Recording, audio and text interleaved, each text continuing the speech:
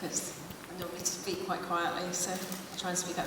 So I just thought I would talk about why I joined Extinction Rebellion, and then talk a bit about the actual actions that we've been involved in locally.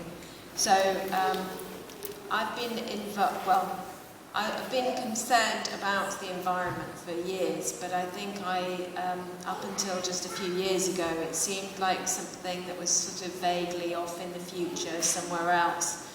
And then a few years ago, I read a book which goes through how climate change has affected past civilizations, and it said, in conclusion, that with the combination of climate change, soil erosion, all the other problems that we have, that this author thought that our civilization would be set to collapse around 2035. So my immediate response to that was, well, I will still be alive then, probably, and my nephews would probably be in their 20s at that point. And then I thought I should probably go and have a look at some other sources to see how realistic that really was.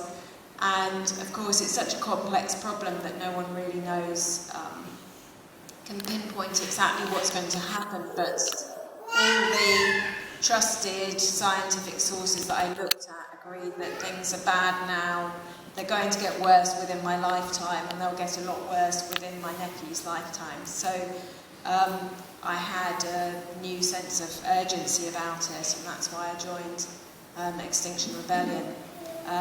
It was particularly, the time that I was reading the book, it was particularly kind of impressed on me how this is affecting us now, because a friend in Australia spent most of her summer with her important belongings packed, ready to leave her house because of wildfires near her house.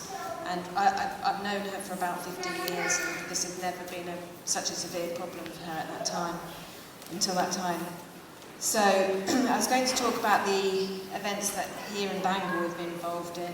So last April, a few of us went to London to join the big rebellion there. So there's a lot of marching around London at that time. More locally, we've been involved. We organised a wildlife walk to raise awareness about COP15 in December. We had a funeral of promises about the government's broken promises on the climate in Carnarvon in November, which was again a march through Carnarvon. We've also organised a climate cafe recently where people could talk about their feelings and concerns about the environment. We also have ongoing campaigns, so there's a number of people in the group who, part of Divest Gwynedd, who put pressure on the council to divest from fossil fuel funds.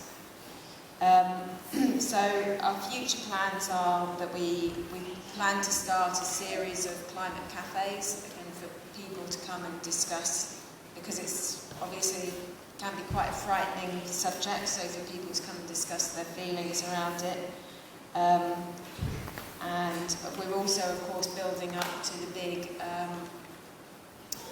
big meeting in April of next year. So we'll be building up to that over the next few months. As a follow-up to this meeting, we're planning a banner making and t-shirt printing workshop on the 18th of February. So that will be our next most immediate event.